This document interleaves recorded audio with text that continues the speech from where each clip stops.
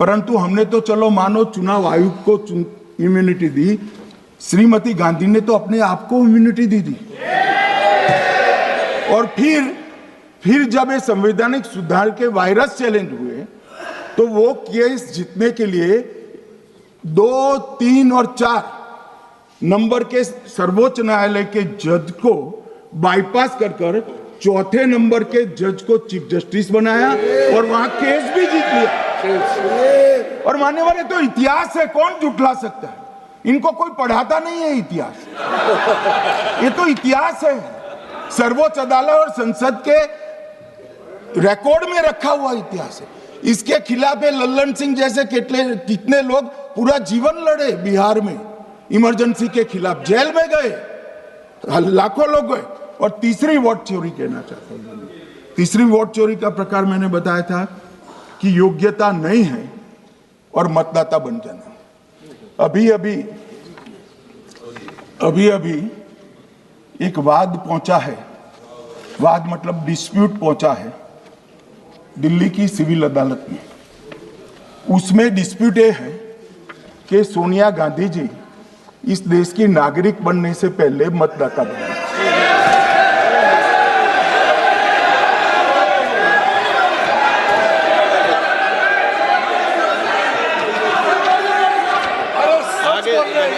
आगे सुनो, बोल क्या रहे, पूरी बात तो सुनो।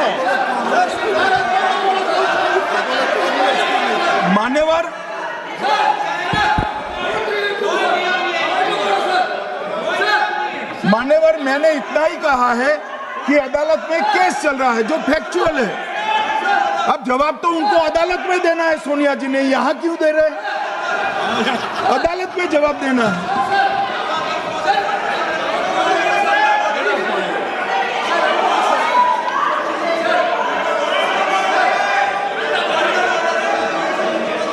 बीच के भाषण में पॉइंट ऑफ ऑर्डर नहीं होता।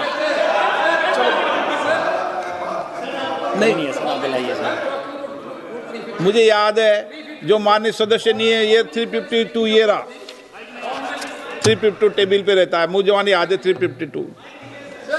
Home Minister is speaking about an issue which is pending in the court.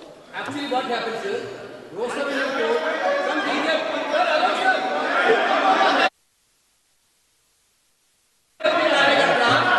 filed a case on Madam Sonia Gandhi's voting on that 80.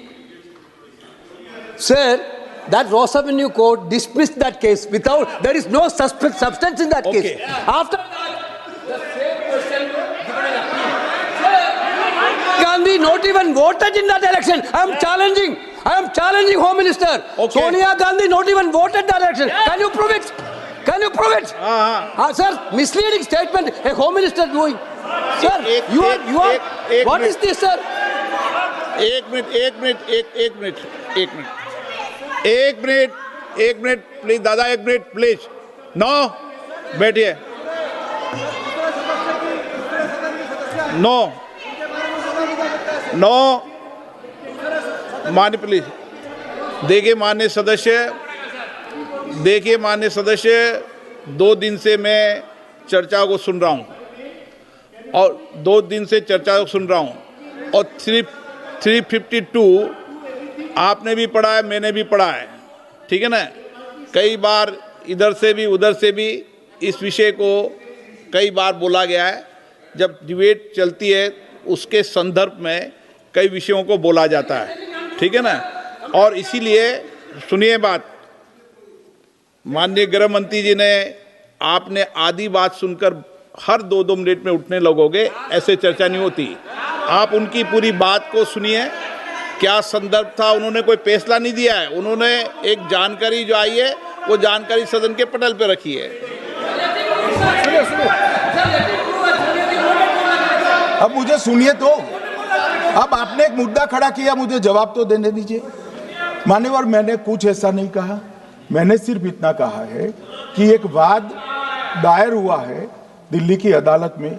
मैंने कोई कंक्लूजन नहीं कहा, मैंने कहा कंक्लूजन कहा, मैंने कोई कंक्लूजन नहीं कहा। कंक्लूजन तो जब उनका नोटिस का जवाब वो दे देगी तब अदालत देगी, तब फिर से बताऊंगा मैं। मगर अभी तो मैंने सिर्फ इतना कहा है कि वहां एक केस रजिस्टर्ड हुआ है जिसमें श्रीमती गांधी को नोटिस इश्यू किया है।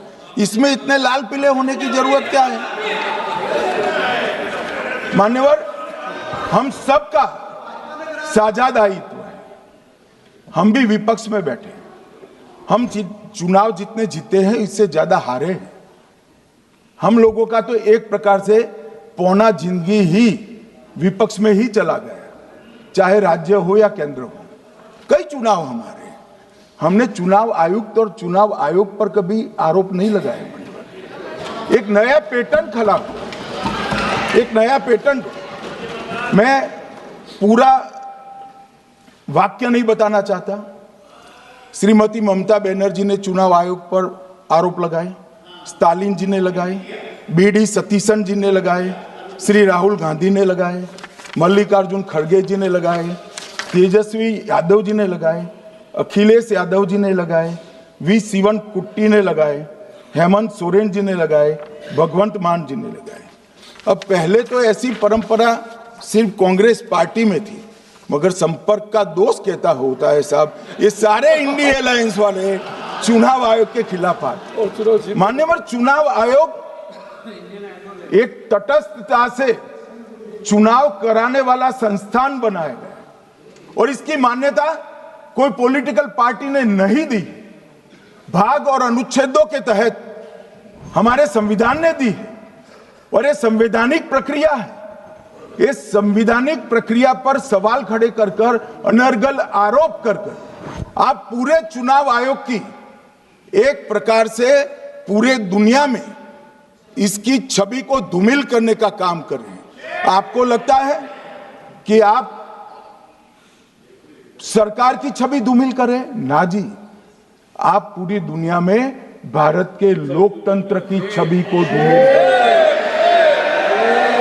मान्यवर, सरकार का तो इतना ही सवाल है, मान्यवर सरकार का तो इतना ही सवाल है कि भारत के मतदाता क्या सोचेंगे।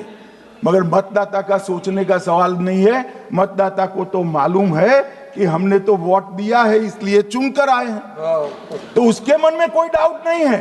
ये वोट चोरी करते रहे, घुसपैठिया बचाओ यात्रा निकाली और बिहार में 2/3 बहुमत से हम जीत गए। मान्यवर, ये जो नई परंपरा शुरू हुई कि देश के अंदर चुनाव न जीते तो चुनाव आयोग को बदनाम करो, चुनाव प्रक्रिया को बदनाम करो, मतदाता सूची को बदनाम करो, ये हमारे लोकतंत्र का भला नहीं करेगी। यही आयुक्त के तहत, यही सरकार के होते हुए आप कई चुनाव जीते हैं, हम कुछ नहीं बोले हैं। हम पार्टी में बैठकर इसकी मीमांसा की, मगर ये लोग चुनाव आयोग पर प्लीज नो, आप बैठिए, आप ठीक है बैठिए। माननीय सदस्य प्लीज प्लीज। मान्यवर, मैं थोड़ी स्पष्टता के लिए आंकड़ा देना चाहता हूं। मई 14 में श्रीमान नरेंद्र मोदी इस देश के प्रधानमंत्री बने, तब से उनको आपत्ति है। तो एनडीए क्या क्या जीती? 3 लोकसभा चुनाव हम जीते, 41 राज्यों के विधानसभा चुनाव जीते, तो हम 44 विधानसभा टोटल चुनाव जीते हैं 2024 से 25 तक। मगर वो भी 30 चुनाव जीते हैं अलग अलग विधानसभा में, 30 जगह पे। अगर मतदाता सूची करेक्ट है तो क्यों शपथ लिया, क्यों चुनाव लड़ा? आप बताइए देश की जनता को। आप लोग यहाँ कैसे पहुंचे? श्री राहुल गांधी जहां से चुनकर आए थे, वो वायनाड की मतदाता सूची में भी मेरी पार्टी ने प्रेस कॉन्फ्रेंस कर इसी प्रकार की डिस्क्रिपेंसी को बताया है। इसका जवाब नहीं देते। हमने अमेठी का भी बताया है, इसका जवाब नहीं देते हैं। मान्यवर, एक चुनाव की मतदाता सूची में जो थोड़ी बहुत गलतियां हैं, उसको वो लोग मुद्दा बनाते हैं चुनाव हारने का। चुनाव हारने का कारण है नहीं, मैं अंत में बताऊंगा क्यों हारते हो चुनाव, मैं बताऊंगा माननीय अंत। परंतु फिर भी चलो मान ले कि मतदाता सूची ठीक नहीं है, तो गहन पुनर्निरीक्षण का मतलब ही ये है कि मतदाता सूची को सुधारने की प्रक्रिया। अब इसमें आपके बीएलए सहयोग नहीं करते हैं, आप उसका बहिष्कार का ऐलान करते हो, आपकी राज्य सरकारें जहां है वो मदद कम करती है, तो कैसे मतदाता सूची का शुद्धिकरण होगा? जो आपकी डिमांड है वो ही चुनाव आयोग कर रहा है। आपकी डिमांड है कि मतदाता सूची ठीक हो, वो चुनाव आयोग कर रहा है, मगर हुआ क्या है मान्यवर मालूम है? इनको अब अगर प्रेस में कोई पत्रकार उनको पसंद ना आए ऐसा सवाल पूछते हैं तो तुम बीजेपी के एजेंट हो ऐसा कहते हैं। मान्यवर, सवाल जो भी हो उसको लेना चाहिए।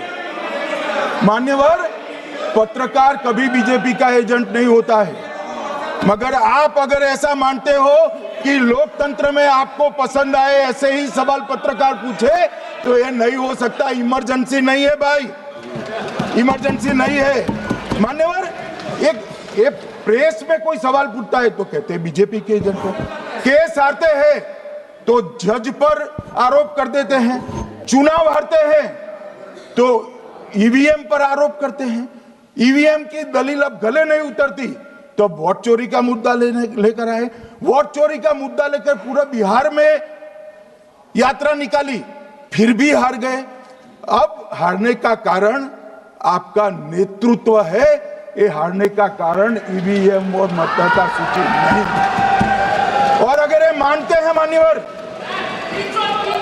अगर ये मानते हैं कि इनको कोई पूछने वाला नहीं है, भगवान करे मैं गलत पड़ जाऊं, कांग्रेस के कार्यकर्ता इनका हिसाब मांगेंगे। एक दिन कांग्रेस के कार्यकर्ता इनका हिसाब मांगेंगे कि इतने चुनाव कैसे हार गए। मान्यवर, कोई जज आजादी के इतने साल में नहीं हुआ है मान्यवर कि कोई जज एक जजमेंट दे तो जज के खिलाफ इंपीचमेंट लेकर आते हैं।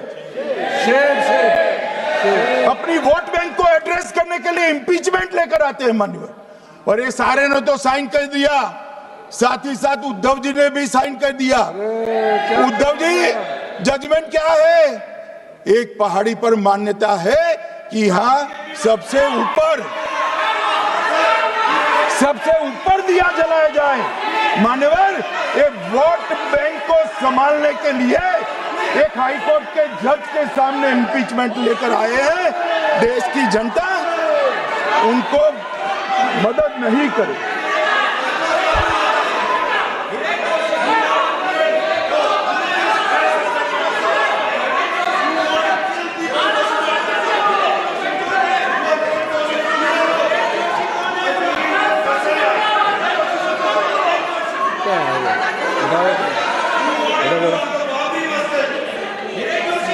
प्लीज नो, माननीय गृह मंत्री जी। गौरव जी बैठ जाइए, नया मुद्दा शुरू हो रहा है। प्लीज, अरे भैया प्लीज मेरी बात सुनो ना। माननीय गृह मंत्री जी, माननीय गृह मंत्री जी, माननीय गृह मंत्री जी, नया मुद्दा शुरू हो रहा है, फिर से खड़ा होगा होना, आप बैठ जाइए। प्लीज नो,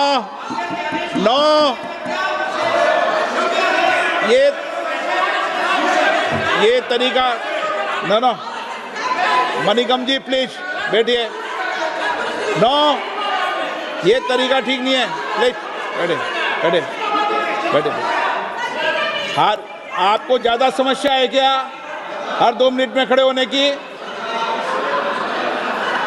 हर 2 मिनट में खड़े होने की समस्या है क्या आपको लोगों? बैठिए, ऐसे नहीं चलेगा। मान्यवर, 2014 के बाद अरे दादा ये भी बैठ गए, अब बैठ जाओ। मान्यवर, 2014 के बाद हारने की परंपरा शुरू हुई।